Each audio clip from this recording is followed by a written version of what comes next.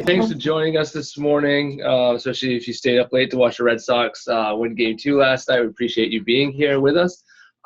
This is our first behavioral health operations meeting as part of the behavioral health integration program. And today we are going to have Dr. Luis Vernacchio walk us through a little bit of how we evaluate the program and how you can participate in that and data that you can expect to see. And then Jonas is going to give kind of a deeper dive clarification into what integration looks like and how we define it. And then Jessica, Ellen, and Maria are going to wrap it up talking about their role, the integration manager, and how they'll be working with you now, throughout, beyond, once you get somebody integrated. All right. All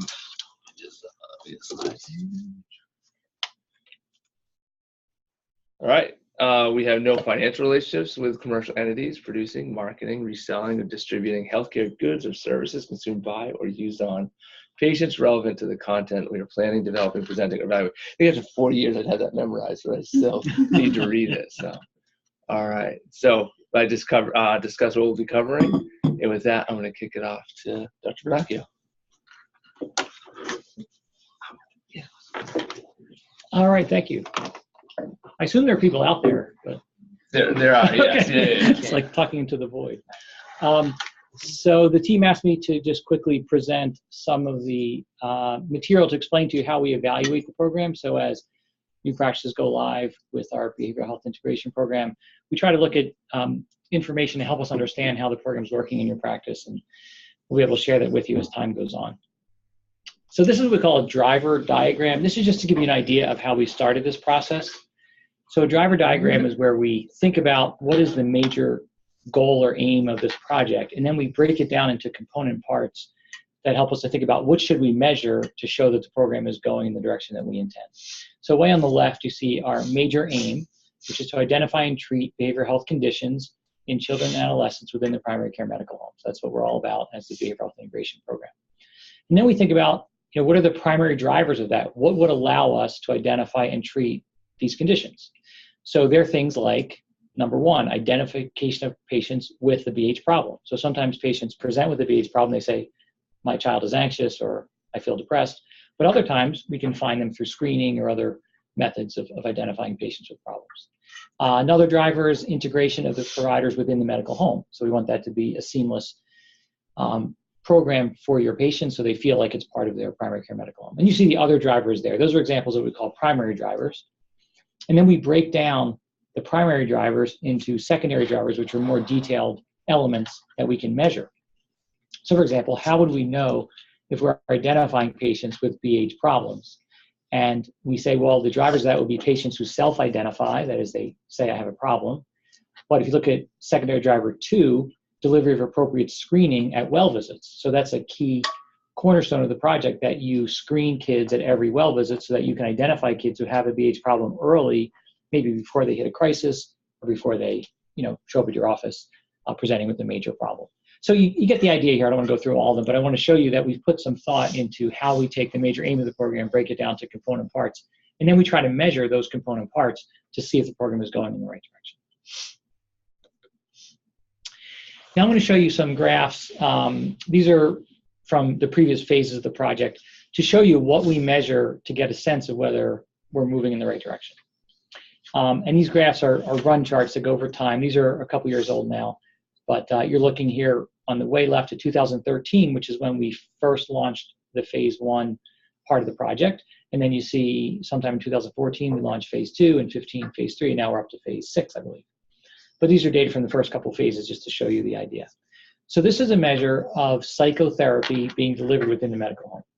So these are the visits that your embedded integrated behavioral health people will do, both evaluation visits and follow-up therapy visits. And we measure those visits using claims data, and we can chart the rate of visits per 1,000 children per year in your practice. So the x-axis going up the left is visits, psychotherapy visits per 1,000 patients per year.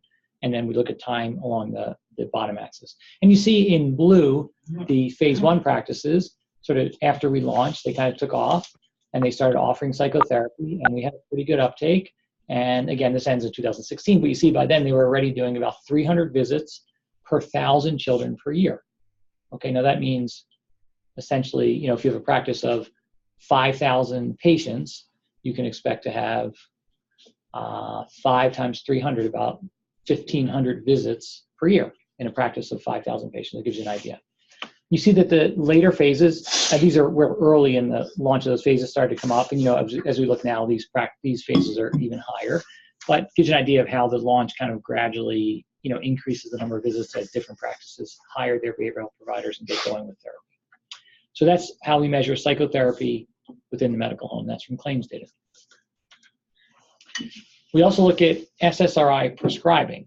So part of the project is not only offering therapy, but teaching the medical providers to be able to prescribe appropriate medications. And SSRIs are the mainstay of that prescribing. There are some other medications, of course, that are prescribed as well.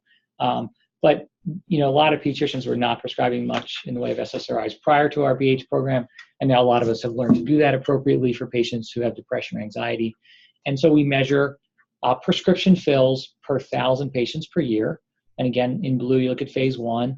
And after they launched, you see that our providers learned to prescribe those medications, and we monitor that. And we see we're now at something like 150 prescriptions per 1,000 kids per year. The later phases also learning how to do that and coming up. So you can see this is sort of more the physician part and the nurse practitioner part of the project. Interestingly, you'll notice that in yellow here, non-participants are also prescribing SSRIs at a higher rate, and that's because, you know, there's a general move out there, whether you're part of the BH program or not, that we're kind of forced to do this because a lot of patients can't find access to psychiatrists or psychopharmacologists who can prescribe, and a lot of pediatricians are kind of forced into it, whether they want to be or not. And we feel like since we're going to be doing this, we should get trained properly, and the BH program is a great way to make sure that when you're prescribing, you're doing it hopefully appropriately, the right medications, the right doses, the right strategies for monitoring kids. I mean, I hope these people are doing it well, but I worry that if they're doing it without the proper training, maybe they don't have as good a background in doing the prescribing. So that's SSRI prescribing by medical providers. Okay. We also create a dashboard that we look at on a regular basis here, essentially in the meetings we have, and we can share with you as a practice, that look at a whole variety of things that are part of those drivers. So examples of that would be, number one is the percent of patients in your practice that have a BH diagnosis. That is kids that within the previous 12 months have had a diagnosis like anxiety, depression, adjustment, reaction, et cetera. And you see that runs around 22%. And interestingly, we find that as the practices do the BH program, we don't actually notice a huge change in the percent of kids who get a diagnosis. We just see that those kids get more treatment. They tend to get more therapy visits, more appropriate medication prescribing. So we monitor that.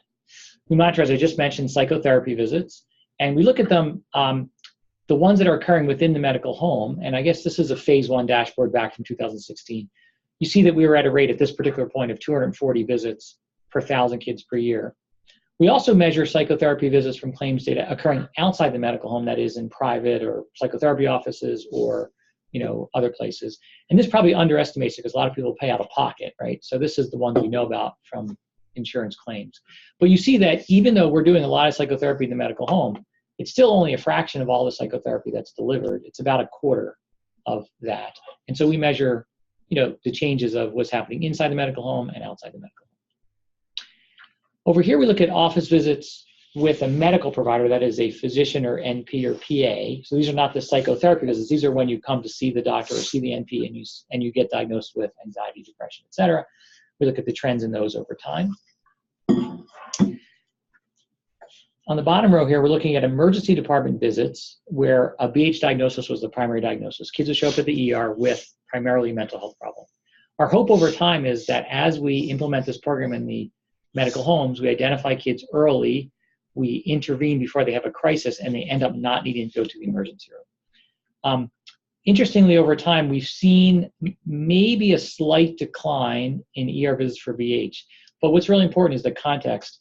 We're told by all the state data and also by Children's Hospitals data about their ER that ER visit rates for mental health problems in children are rising quite precipitously around the state, and ours are either flat or perhaps even declining.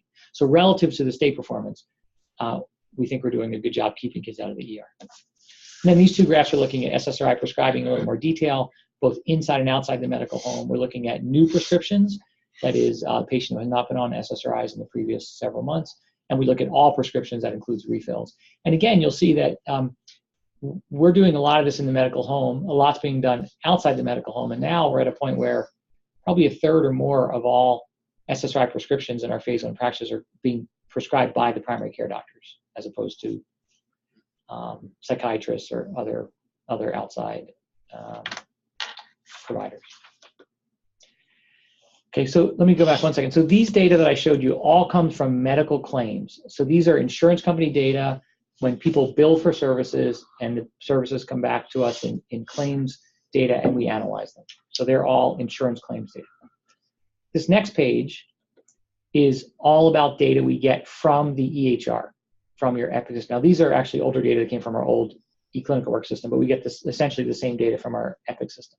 So these are looking at the visits that are done in your offices only. And there are a couple things we look at.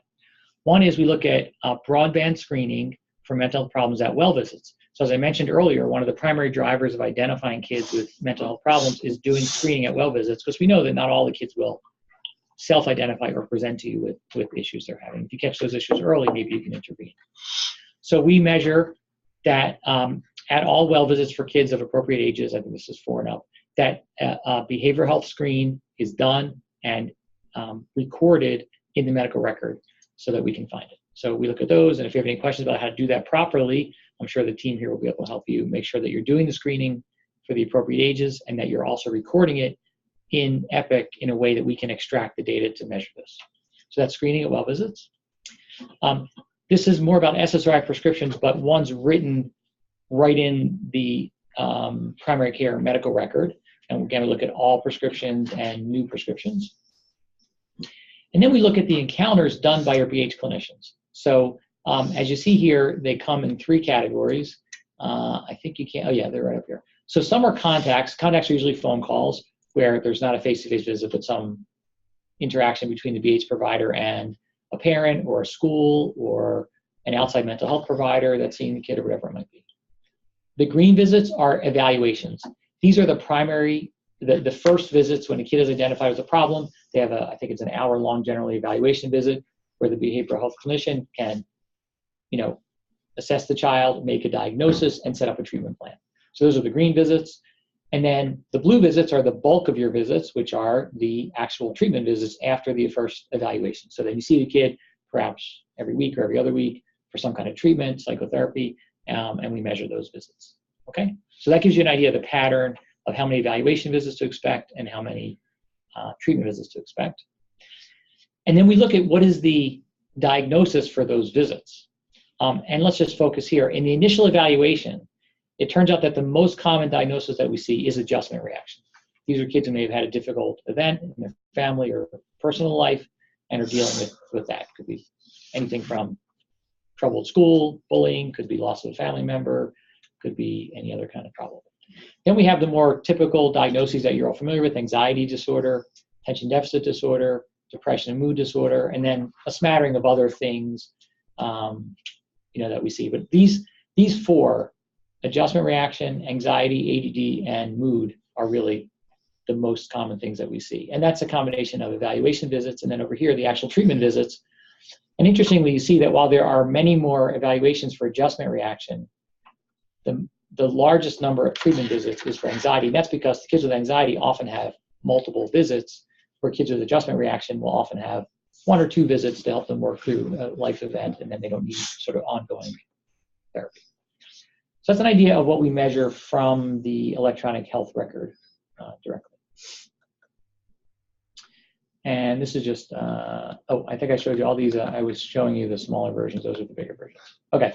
And then lastly, just to make a point, we're trying to do some statistical analyses of the behavioral health emergency department visits, because we think this is really one of the most telling outcomes, that if we can keep the kids out of the emergency room, it means that we've identified them early enough to avert these difficult visits. And all of you know that when your kids go to emergency rooms with mental health problems, it's usually a very difficult situation. They're usually in a crisis.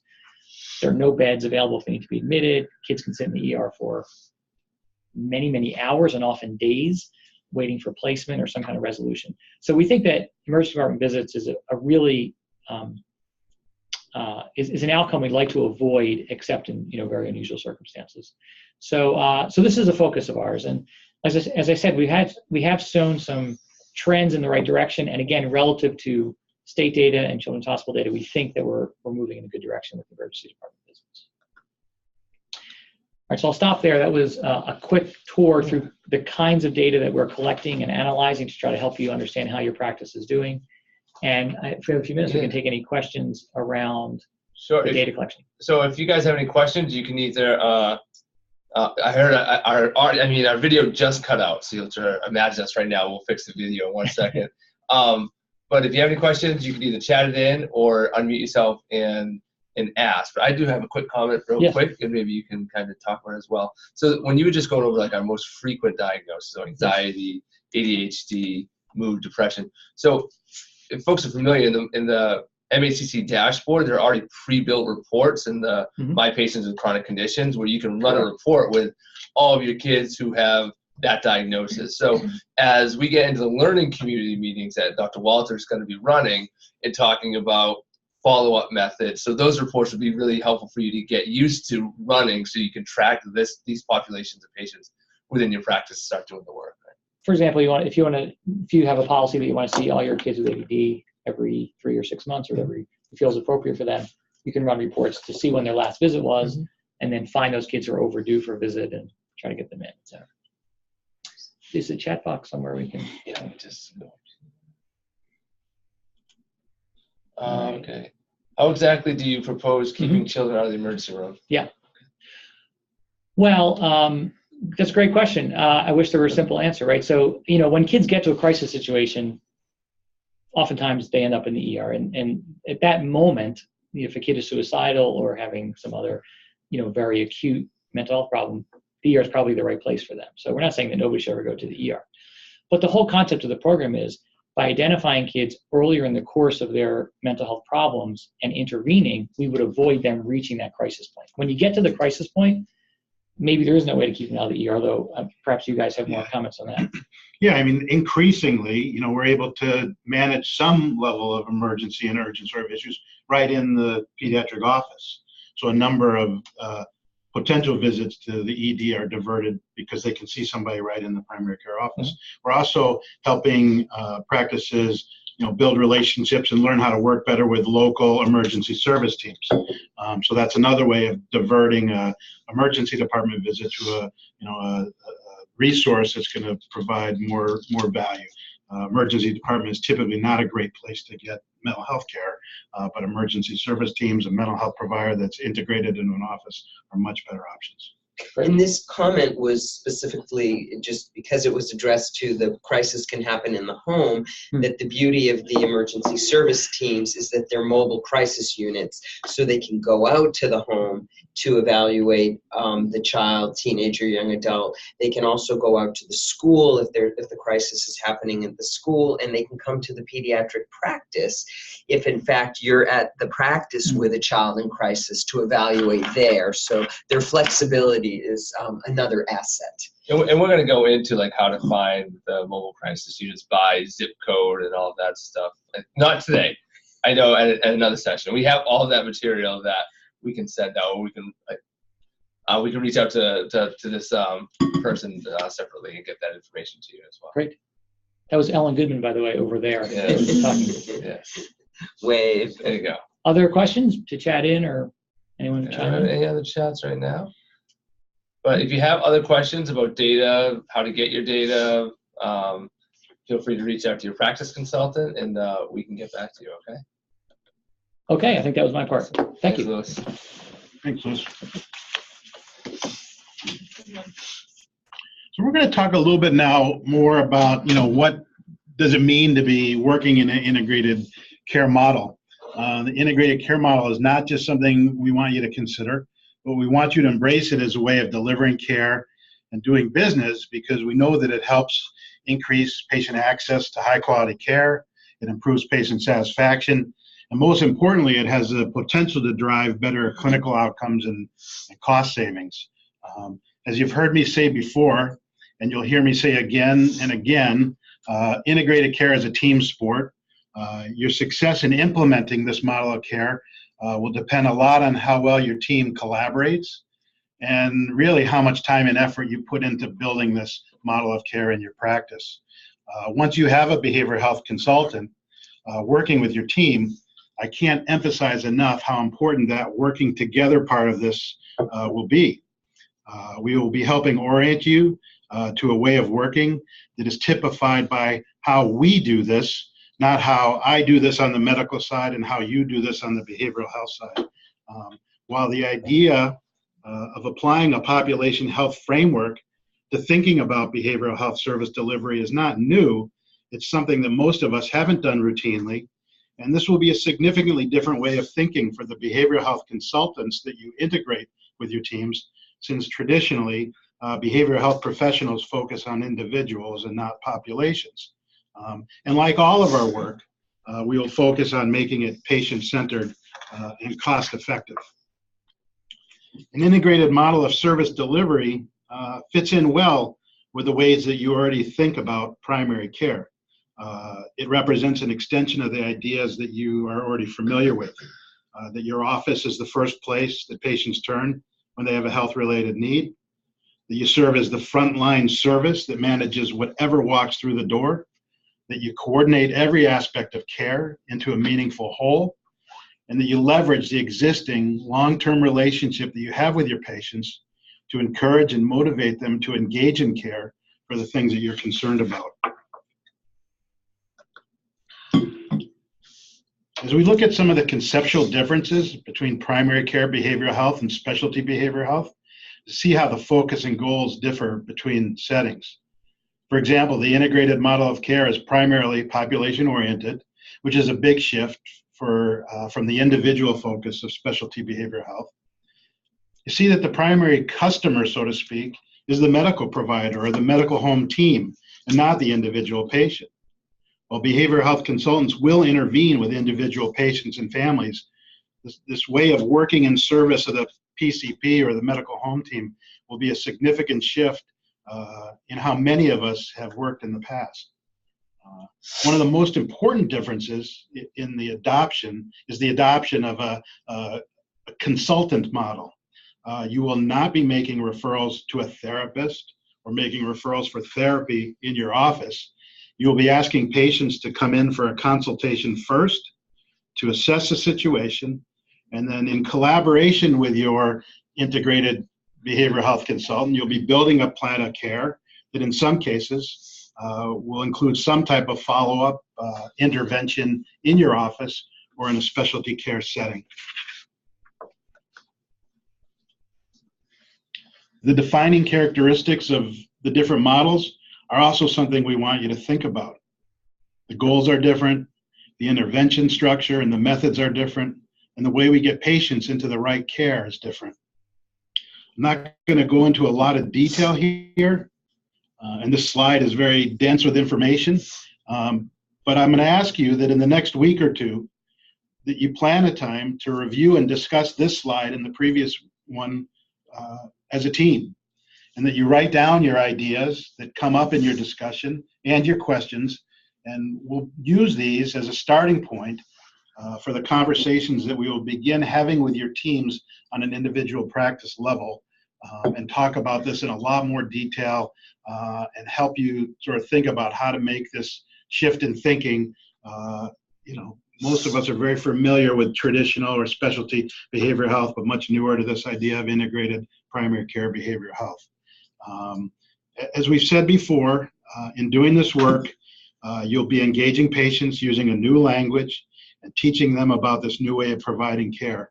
And over time, we're going to help you learn this new language, begin using it with a great deal of competency, and integrating these new ways of working in this team-based sort of modality. Something else that's going to be different is how you think about what a mental health professional does. Your integrated consultants will be engaging in a broad scope of work that encompasses not only direct patient care, but consultation to your medical home team and serving as an educator and subject matter expert on all things behavioral. an important shift in focus that we want you to make here is to broaden your vision about what integrated care can be, and to include a major focus on intervening with patients in order to prevent behavioral health problems and to build resilience in children and families. In this model, we're going to focus not only on patients with diagnosable behavioral health conditions, but also on patients that are vulnerable, where we can prevent the onset of more serious problems and help build resilience to help them deal with the sort of normal developmental strains and stresses that people face in everyday life. A significant focus here is also going to be on thinking of ways to work with kids that have serious sort of medical issues. Behavioral health support can be really important in helping patients and families manage the psychosocial aspects of chronic medical problems. And this is a really important target for the type of intervention we're trying to do, whether it's obese kids who need to lose weight, diabetic kids who are having trouble controlling their blood sugar, or asthmatics who are not taking their medication in an adherent way. Behavioral health support can go a long way to help these families cope. These are typically families that may or may not have a diagnosable mental health issue, but just are experiencing normal kind of stresses and strains dealing with something extraordinary like a chronic medical issue.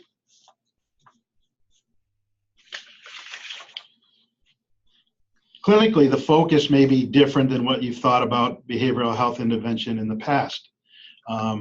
Clearly, these questions represent generalizations about the focus of intervention.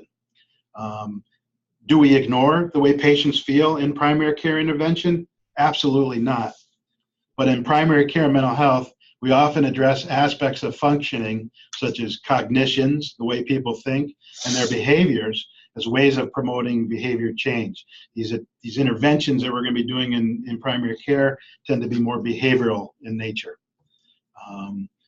This SMART goal framework, which many of you may be familiar with, is one way that we define the targets of intervention. And this type of model, where the goals are specific, measurable, achievable, relevant, and time limited, helps us achieve a clarity of focus and an emphasis on measurable outcomes. And using this kind of framework with clearly defined and measurable goals helps us understand more clearly if patients are getting better.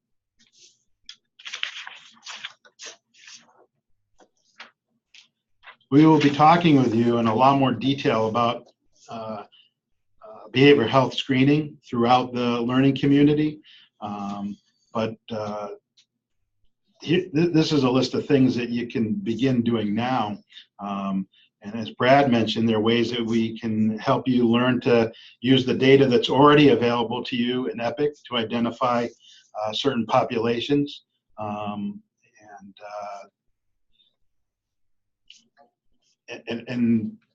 work in these sort of new ways. As we come out to visit you individually in your practices, we will begin to help you think about what the things that you can do right now are.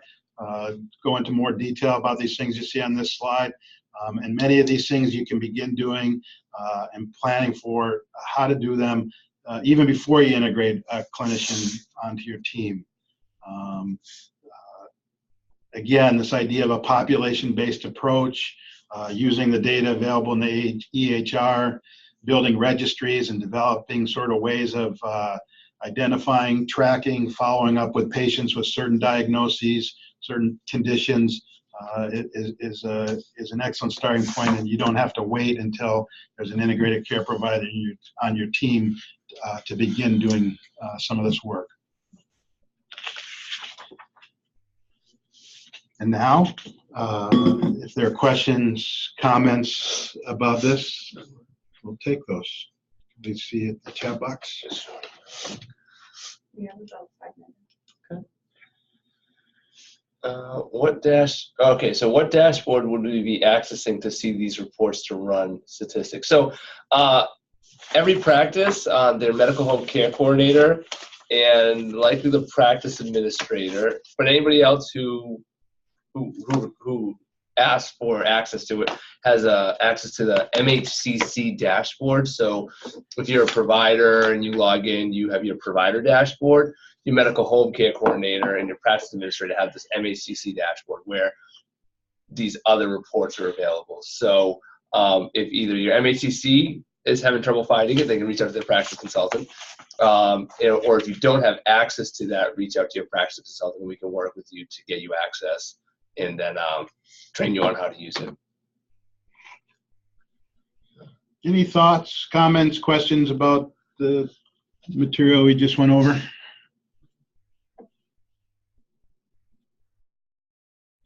Feel free to type in a question, unmute yourselves and ask one. So Joe, as people are thinking about this, and we just have a few minutes left, what are some of the biggest roadblocks that you've seen for practices to make that transition from like a co-located model to like a really well-run integrated model? Like you went through all the things that we want to get to, but like what are some of the barriers that you've seen?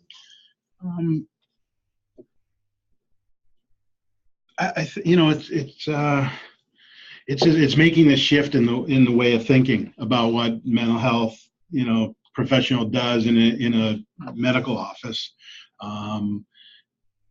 I think learning this new language, something that we'll be working with you on an individual basis as we come into your offices and work with your teams. Again, some of the language is very nuanced. It's new to all of us. In the process of learning it ourselves, we need to be teaching it this way of thinking and talking. We need to be teaching it to our patients as well. And I think like almost any kind of quality improvement, effort that we make in our offices, time is an issue. I don't think anybody out there is sitting around waiting for something to do.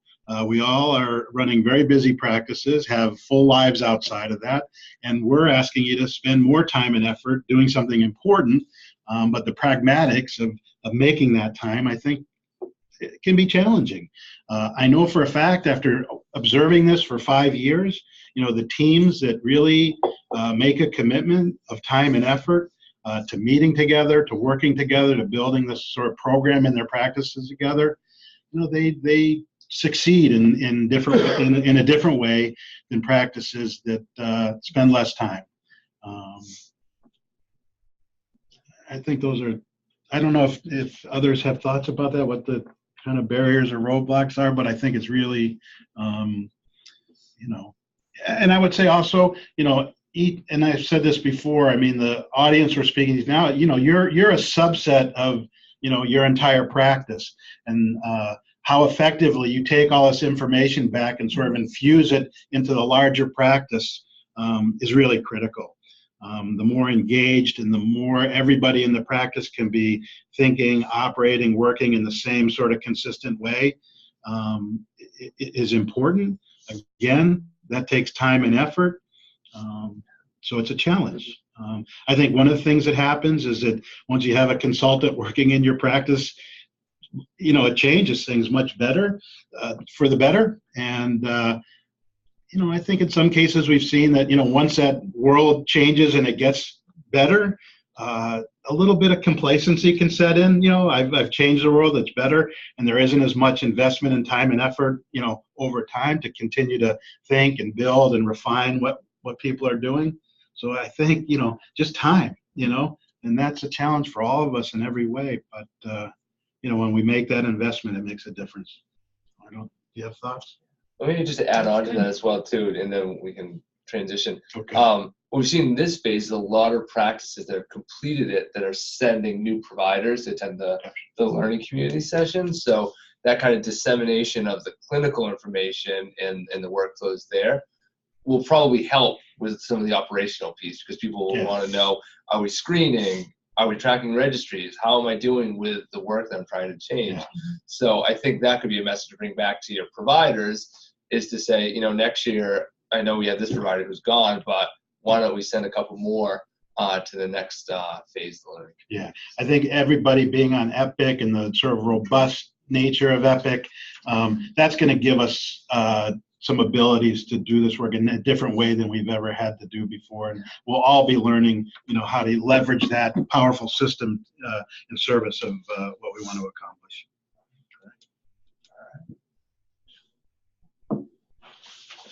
Do I move forward with this? Yes, you do. Okay.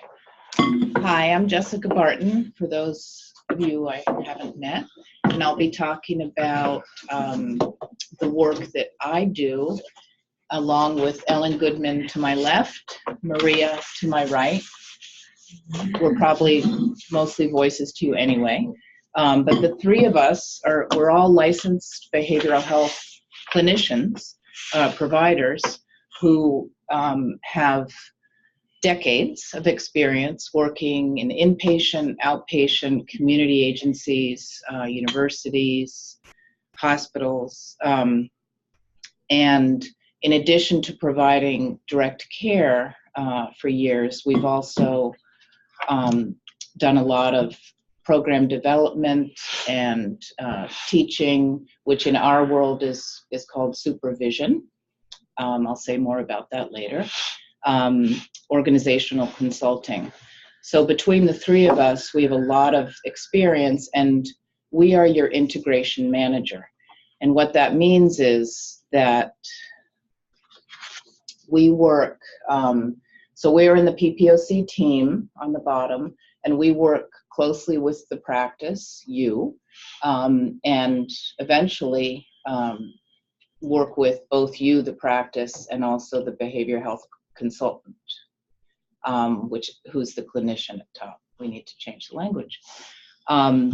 We work closely with Jonas Bromberg, and side by side with verification and enrollment and EPIC, EHR, patient safety, QI, the practice manager or management person who helps you with the business side of things.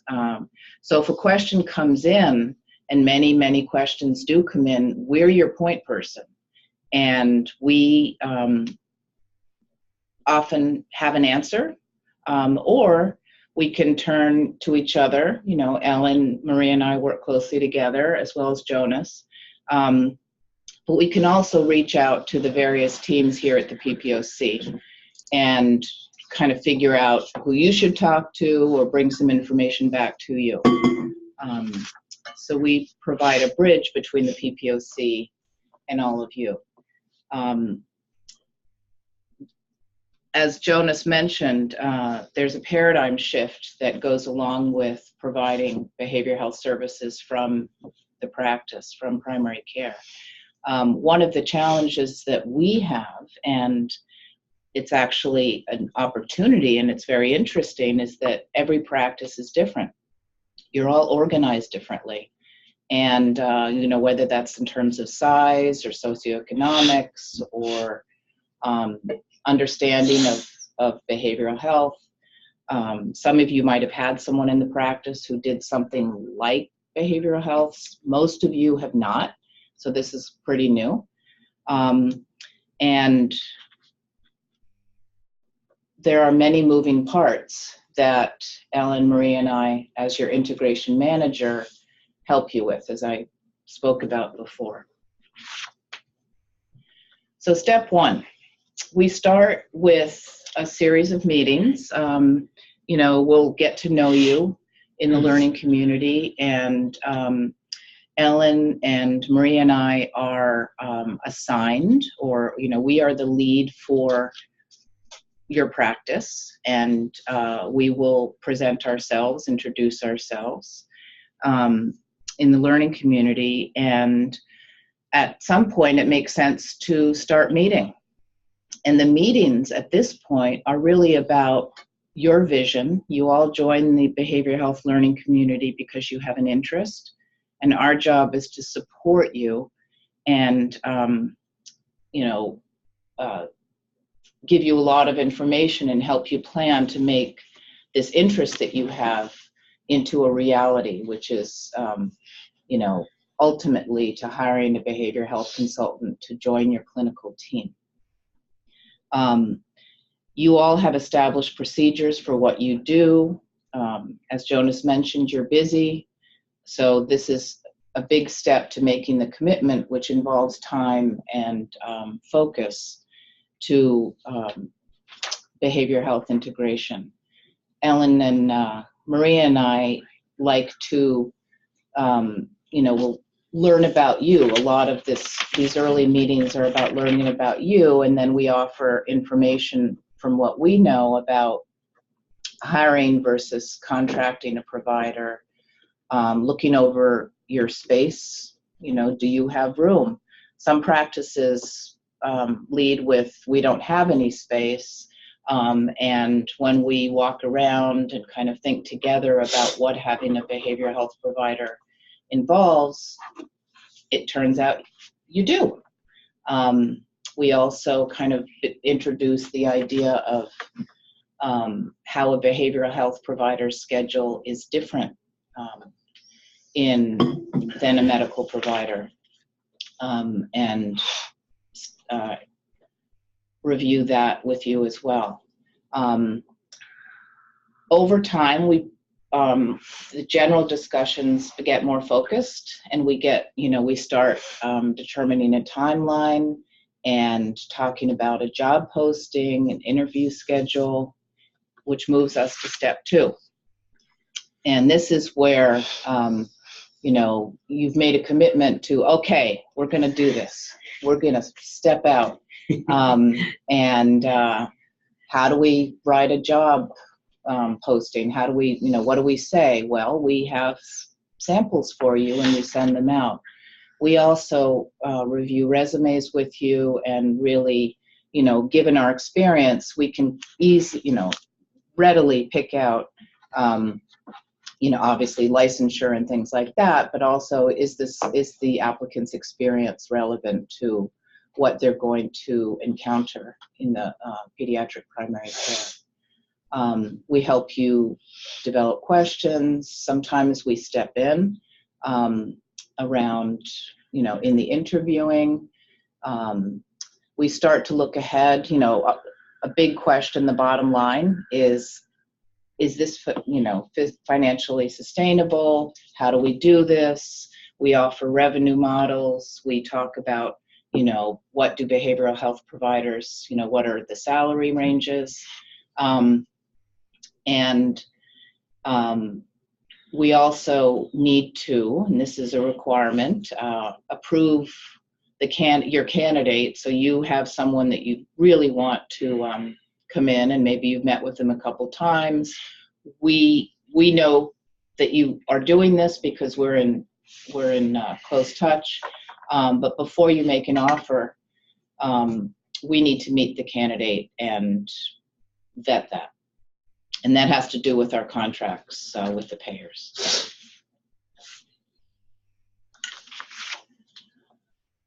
So you've hired your behavioral health consultant. Guess what? That person can't start for 4 to 6 months. And the reason has to do with verification and enrollment. Credentialing is how you typically refer to it. As you well know, this takes months. Psychologists need to go through the hospital.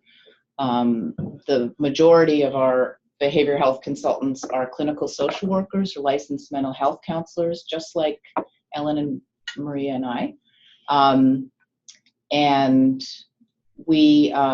so we do some of that. We do the verification and enrollment from the PPOC in terms of attaching the behavioral health consultant to the practice for billing. And this is where we circle back to space, furniture, supplies, language, workflows. Again, at this point we've learned more. We know much more about your practice than we did a few months ago when you started thinking about it. We also are in touch with a behavioral health consultant who is still working his or her old job.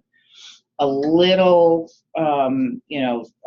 we've told them, we've been very clear that this takes a while, but we try to keep in touch a bit and encourage you to keep in touch and involve the your incoming behavioral health consultant with the work you're doing to prepare.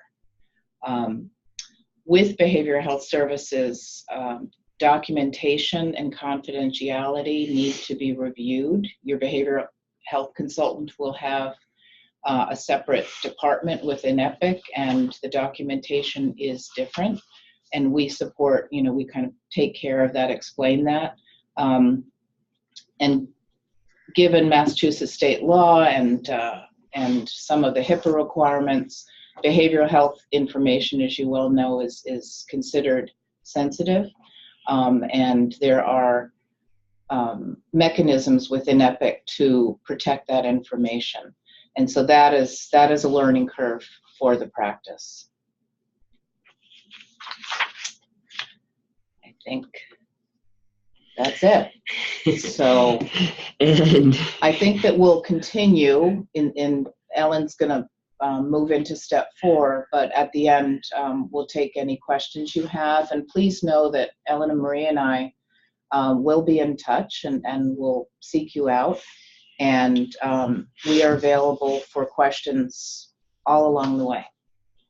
good morning, everybody. I think I speak for all of us, meaning the integration managers, to say that we're looking forward to working with you and partnering with you on this journey to get you up and running with your behavioral health program. We'll be expecting phone calls after the meeting because I'm sure we've piqued your interest. So, and know that if you don't call us, we'll be calling you at some point. So, here's the celebratory.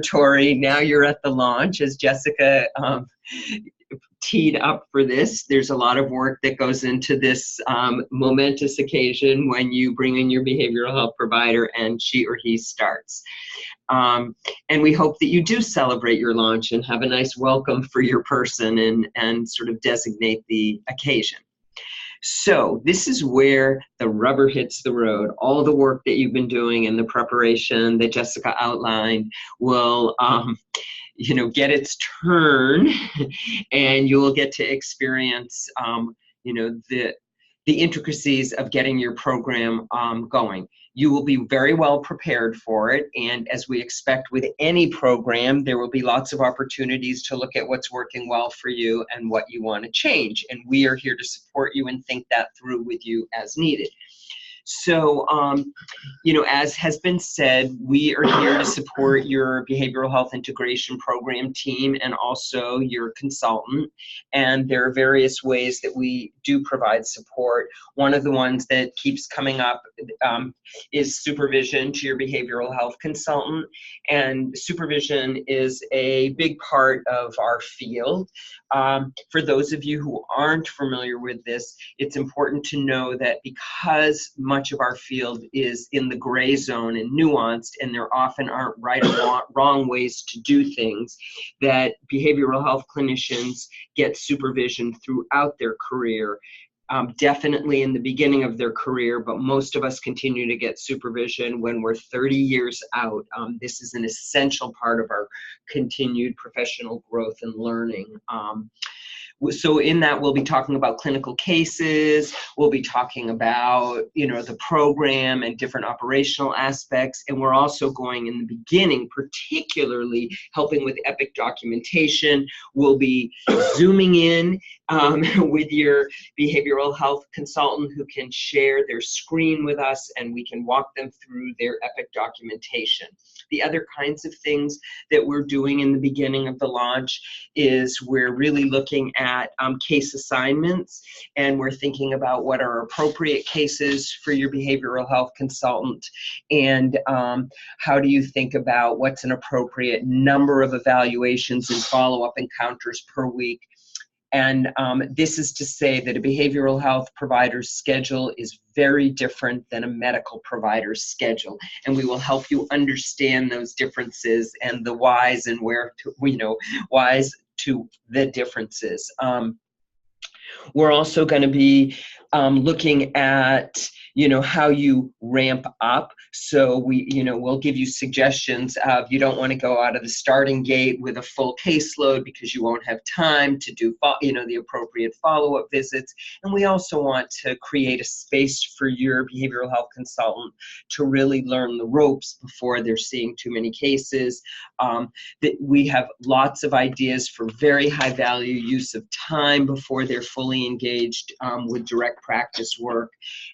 As far as meeting community providers, working with your care coordinator, that will be part of our launch work, is continuing to talk about ways to utilize time.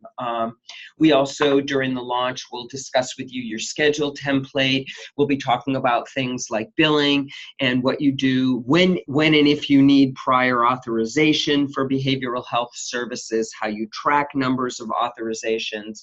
And a big part of our work is really going to be focusing on, as Jonas was saying earlier, integration. How can we partner with you to foster integration in your practice, create space for what we call warm handoffs, where you might be meeting with a patient that you either know when they come in that you want them to meet a behavioral health provider, or that comes up during the visit, and how can you get the behavioral health consultant to come in and handshake, greeting, get to connect, so that your patient and family get to at least meet the person that they're going to follow up with. Other things that we'll be working on with integration are ways to communicate in your team, both formally and informally, and how to really create a schedule for regular BH team meetings so you can be talking about your program, what's going well, and what you want to change in an ongoing basis. We'll have 2 post-launch meetings with your practice, a minimum of 2 post-launch meetings for this phase, and this will be over the first generally 2 months, maybe 3 months of your program. After that, we're looking at providing you ongoing support and consultation. Our role is never over. It changes. We have different functions, but we stay with you throughout your program. And we continue to provide ongoing clinical supervision, which includes both case discussion and administrative supervision. We get calls outside of supervision. In addition, we're consulting about crises, 51As. Some of your practices have a relatively challenged population that will present with these kinds of issues, and it's always, and in our field, we really like to consult around things like emergencies and 51As, child protection issues. Again, there's a lot of gray zone. Do I need to file right now? Can I wait? These kinds of things. We also can serve as a liaison to other services and areas of expertise at the hospital. When we work with our behavioral health consultants, we might, say to them, boy, I think it would be really helpful for you to talk to the head of the child protection team or a colleague in developmental pediatrics or whatever. We'll serve as a link to and a bridge to those kinds of resources. Along with you, we're also going to be monitoring the utilization of your new resource, looking, in part of our supervision, we'll be talking weekly about how many cases do you have, how many visits did you have this week, really thinking together about the progression. We're also looking at not only the number of cases, but the appropriateness of the cases, helping the whole team think about the patients for whom this model is most appropriate. We'll also be looking at, the providing dedicated time for care coordination in collaboration with your medical home care coordinator, and also dedicated time for reaching out to collateral contacts, which, as you know, is a critical part of working with children and families. And then we'll also work with you to think about ideas for increased utilization of your behavioral health consultant if and when that is needed. We work to promote enhanced integration throughout the course of your program. We will also be available to talk with you about things like your schedule, any changes and adjustments you want to make to your schedule. We'll help you with your salary support reports if you have questions about that, as well as looking how to review the data from the reports. And then we provide general consultation and advice. And that is a very large category. And I will say that, you know, one of the things we might talk to you about is how to conduct an annual review of your behavioral health consultant, reminding you to have a 6-month review initially and then formally every year conduct an annual review. We'll also available for consultation about patient and family questions, navigating complex systems, and we get involved around general personnel management. Sometimes you might have questions or concerns about your behavioral health consultant, and we can help you with that. We've also worked with practices around other areas of personnel management. I think, you know, once you work with us and we're a trusted part of your team, I think you might avail yourselves of consultation with us around issues you might be having with colleagues. We're really good at approaching difficult conversations in sensitive ways to come up with productive conversations that get you where you want to go. And then we also are another link to the PPOC over time, and we will keep you abreast of new initiatives that the PPOC is engaged with that you may opt to participate in. There will be ongoing practice meetings, typically at least twice a year. Obviously, when you need us, let us know and we will come out. And we appreciate that your needs change over time, and your needs may, increase at various points in time or not, but we're here to flex with you around the needs that you have and continue to think about developing your program, which, ta-da, will lead to, down the road, perhaps adding another behavioral health provider, and we'll be with you to help your program grow and expand. We're also, are involved with ongoing professional education for our PPOC practices, and will be very focused on ongoing learning opportunities for your behavioral health providers. And questions, comments? All right, so at this time, you can unmute yourself and ask a question. You can raise your hand, you can write a chat in. Introduce yourself.